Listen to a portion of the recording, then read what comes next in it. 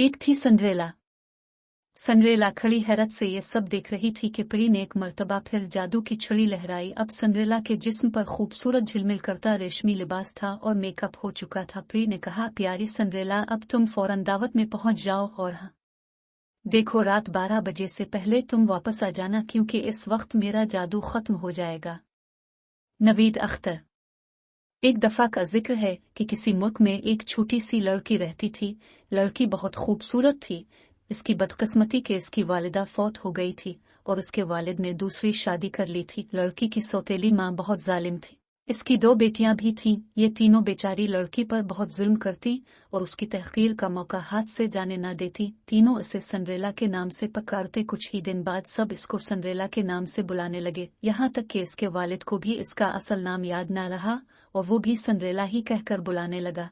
एक रोज उनके घर शाही महल से दावतनामा आया। दरअसल बादशाह और मलिका को शहजादे के लिए एक खूबसूरत लड़की की तलाश थी। उन्होंने एक बहुत बड़ी दावत का एहतमाम किया और मुल्क की तमाम लड़कियों को इसमें मदऊ किया ताकि शहजादा लड़कियों को देखकर अपनी पसंद बता सके। दावतनामा देखकर सिंड्रेला की दोनों सौतेली बहनों ने इस पर खूब तंज किया और कहने लगे, तुम तो इस दावत में नहीं जा सकोगी, क्योंकि ना तो तुम्हारे पास अच्छे कपड़े हैं और ना ही तुम इतनी खूबसूरत हो कि इस शानदार तकरीब में जा सको। ये बातें सुनकर सिंड्रेला को बहुत दुख हुआ, लेकिन वो खामोशी से सब कुछ सुनती रही। आखिरकार दावत वाले दिन दोनों सौतेली बहनों ने सिंड्रेला को कहा कि वो दावत में जाने के लिए तैयार होने में इन दोनों की मदद करे।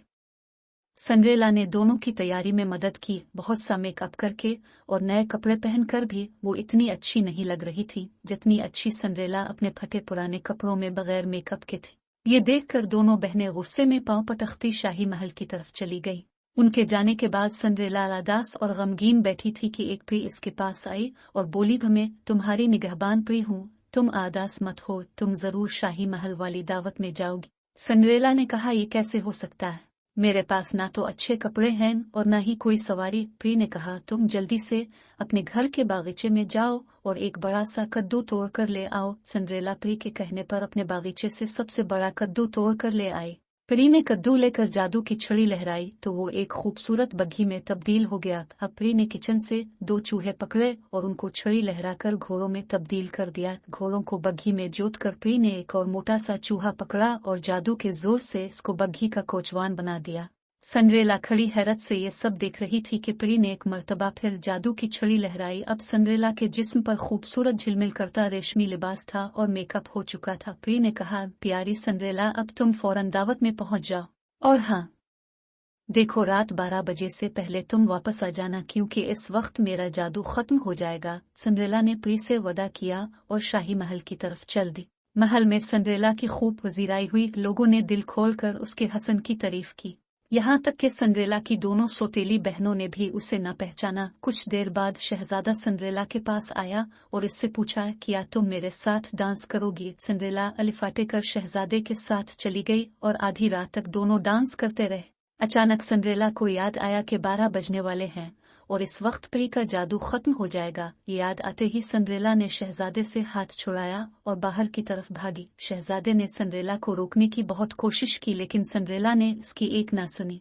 ये देखकर शहजादा भी बाहर की तरफ दौड़ा। महल की सीढ़ियों पर आकर शहजादा बहुत मायूस हुआ, क्योंकि इसके ख्वाबों की रानी वहां से जा चुकी थी। शहजादे ने ये ना देखा कि वहां एक गरीब लड़की फटे पुराने कपड़ों में मलबूस हाथ में बड़ा सा कद्दू लिए खड़ी थी और 3 चूहे इसके इर्द गिर्द भाग रहे थे। दरअसल रात के 12 बज चुके थे और परी का जादू खत्म हो गया था। शहजादा मायूसी के आलम में महल के अंदर वापस जाने लगा तो उसे सीढ़ियों पर एक शीशे की तरह शफाफ चमकदार खूबसूरत नरमो नाजुक जूता नजर आया। इसने जूता अलिफाटे लिया।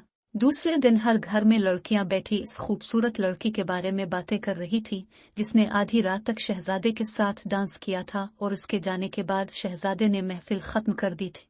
सिंड्रेला की सौतेली बहनें भी इस लड़की की खुशकिस्मती के मुताल्लिक गुफ्तगू कर रही थीं कि दरवाजे पर दस्तक की आवाज सुनाई दी। इनमें से एक ने दरवाजे पर जाकर देखा तो शहजादा बाहर खड़ा था और उसके साथ एक मुलाजिम था, जिसने हाथ में एक प्लेट पकड़ी हुई थी। इस प्लेट में मखमल में लिपटा नाजुक सा जूता रखा था।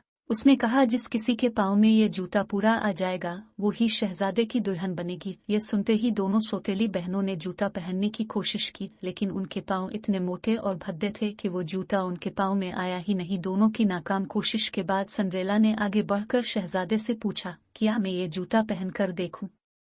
शहजादे ने मुलाजिम को इशारा किया और उसने जूता सिंड्रेला को दे दिया।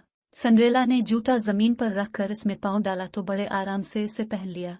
शहजादे ने गौर से इसका चेहरा देखा तो कहने लगा, बेशक ये वही है मेरे ख्वाबों की रानी जिसकी तलाश में मैं सरगर्दा था। शहजादे ने सिंड्रेला से पूछा, क्या तुम मेरे साथ शादी करोगी? सिंड्रेला ने फौरन हामी भर ली। दूसरे ही रोज सिंड्रेला और शहजादे की शादी हो गई और हाँ, इस शादी में सिंड्रेला की सौतेली बहनों ने भी शिरकत की।